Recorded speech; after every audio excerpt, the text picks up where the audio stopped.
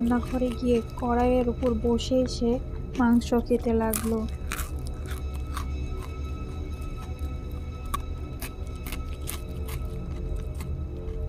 কি রে তুই এ কি করছিস? তুই কড়াইয়ে বসে খাচ্ছিস কেন?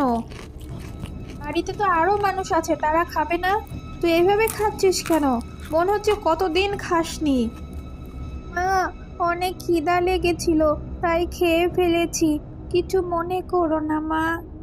তোকে খাবারের জন্য কত জোর করি, খাস না, আর আজকে কিভাবে খাচ্ছিস? আরে তোকে আজকে কেন জানি অস্বাভাবিক লাগছে। তোকে দেখে মনে হচ্ছে না তুই আমার মেয়ে, মনে হচ্ছে তুই ডাইনি হয়ে গেছিস। এটা ছুটকির মায়ের কথা শুনে একটু ঘাবড়ে গেল। সে ধরা পড়ে গেলে তো বিপদ আছে। আর এমন হবে না মা। কিছুক্ষণ পর কৃষক বাড়িতে আসলো। তখন ছুটকির মা তাকে বলল,